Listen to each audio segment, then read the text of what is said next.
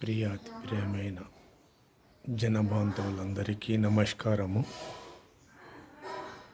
Cyber నేరగాళ్ళు కొత్త కొత్త ఆలోచనలతోని, కొత్త కొత్త భాషతోని, కొత్త కొత్త మాటలతోని, కొత్త కొత్త పదాలతోని, ముఖ్యంగా రిటైర్మెంట్ అయిన డబ్బులున్న వాళ్ళను టార్గెట్ పెట్టుకొని, మంచి మంచి వ్యాపారస్తులను టార్గెట్ పెట్టుకొని, అమాయకపు ప్రజలను టార్గెట్ పెట్టుకొని వాళ్ళు దోసుకునే కొత్త కొత్త విధానాలు. ఉదాహరణకు డిజిటల్ అరెస్ట్ అంటే, డిజిటల్ అరెస్టు అనే ఒక పదాన్ని జోడించి మీ ఫోను ద్వారా ఇతరులకు అసభ్యకరమైన మాటలు, అసభ్యకరమైన దృశ్యాలు అసభ్యకరంగా వెళ్ళి మీ మీద క్రైమ్గా ఏర్పరిచి కేసు నమోదు చేయడం జరిగినది. కావున మీరు తప్పకుండా పలాని స్టేజ్ వరకు 2 గంటల్లో రావాలని చెప్పడానికి ప్రయత్నం చేస్తారు. అలాంటప్పుడు మనం భయభ్రాంతులకు గురయ్యి, మేము ఎక్కడో దూరం ఉన్నాము, 2 గంటల్లో పలాని స్టేషన్కు రాలేం కదా అనగానే వాళ్ళు ఇంకో రకంగా మెల్లగా ట్రాప్లోకి దించి, సరే మంచిది మీకు పోలీస్ అధికారులతోని కల్పిస్తాము అని చెప్పి ఒక ఫేక్ పోలీస్ అధికారులను, పోలీస్ వ్యవస్థను ఫోటో ద్వారా లేదా వీడియో ద్వారా పరిచయం చేస్తూ మనకు కలుపుతారు. అలాంటి కలపడంతో మనం ఎవరితోని మాట్లాడకుండా నిశ్శబ్దంగా ఏదో ఒక రూమ్లోకి పోయి వాళ్ళు చెప్పినట్టు చేయడంతో మన అకౌంట్ ఉన్న మొత్తం రూపాయలు, లక్షల రూపాయలు, వీలైతే కోట్ల రూపాయలు కూడా ఆ యొక్క ట్రాన్స్ఫర్ ద్వారా వాళ్ళు చెప్పినట్టు చేయడంతో మన ఖాతా ఖాళీ అవుతుంది.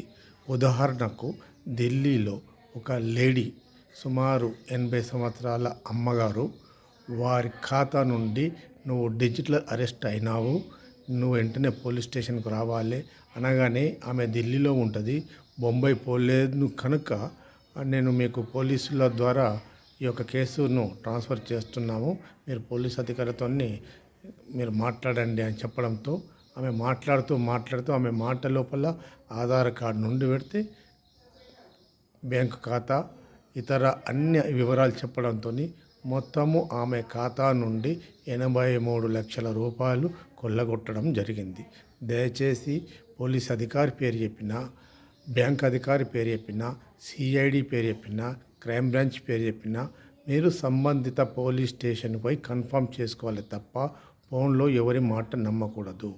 దయచేసి క్రైమ్ రేటు రోజు రోజుకు పెరుగుతున్నా, పోలీస్ వ్యవస్థ ఎంత చేస్తున్నప్పటికీ కూడా క్రైమ్ కూడా పెరుగుతుంది. కాబట్టి ముందుగా మనం జాగ్రత్తగా ఉండాలని ప్రతి పౌరునికి, ప్రతి భారతీయునికి, ముఖ్యంగా అమాయకపు ప్రజలకు ఈ విషయం తెలియజేసేందుకు ప్రయత్నం చేయాలి.